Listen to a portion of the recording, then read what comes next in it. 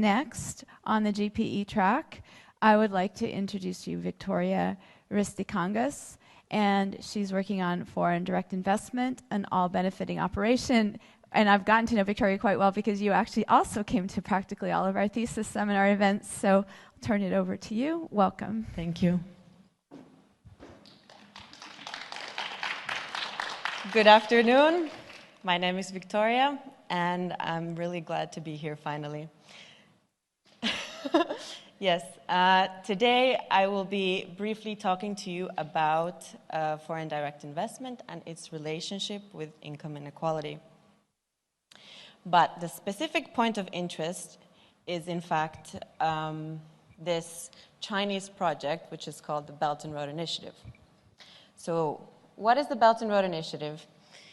You can see the map over here, but shortly and briefly, it is a Chinese government initiative doing infrastructure FDI. It was introduced in 2013 by Xi Jinping, and basically the idea is to reconnect or to deepen the connections with China and the rest of the world. Initially within China and Eurasia, but later on it has expanded to basically all over the world, Latin America, and a lot of African nations as well.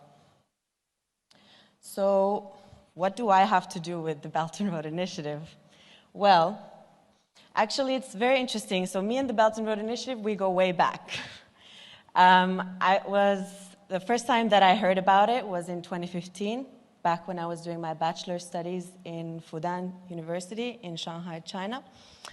And back then it was kind of introduced to us as this like wonderful thing, and I didn't think too much about it. It sounded amazing. I was like, okay, sounds great.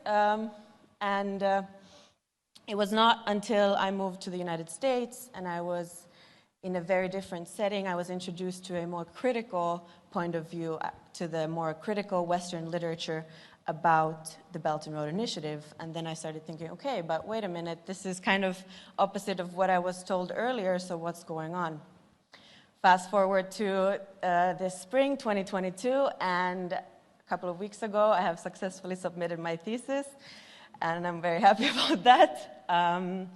Basically, my thesis was designed to figure out the question of this dichotomy between whether or not the Belton Road Initiative is actually this all-benefiting operation.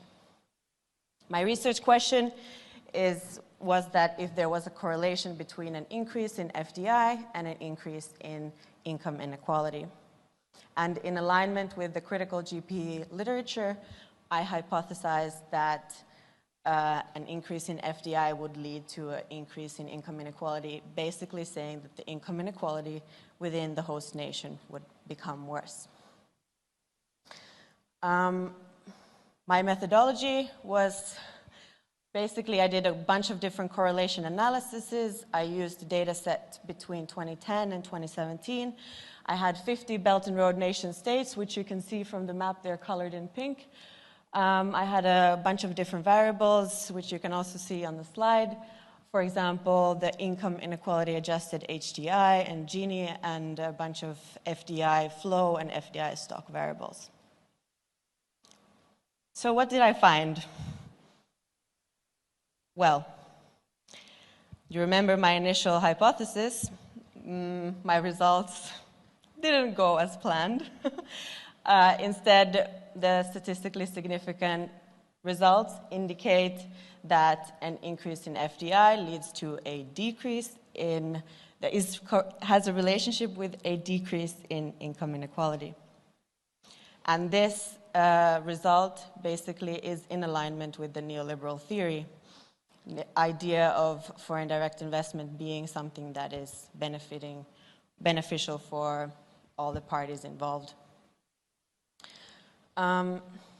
It was quite challenging to figure out how to make sense of all of this data, because there was a lot.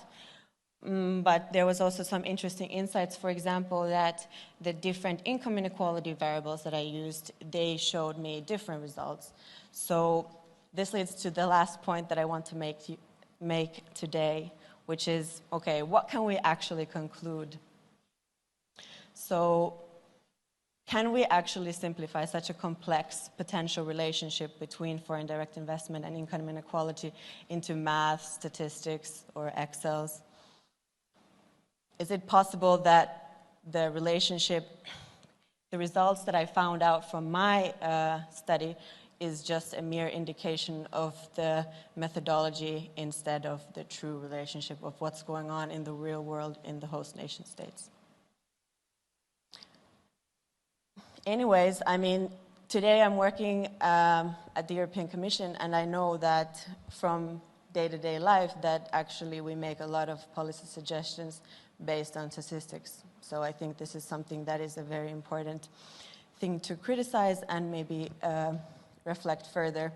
And that is also why I want to say that we must be kind of cautious when we make such conclusions, and also that more research is needed. Well, the Belt and Road Initiative is something that has been planned to go on for 40 years, so we still have a lot of time, and thank you for your attention today. Oh, yeah, that's great.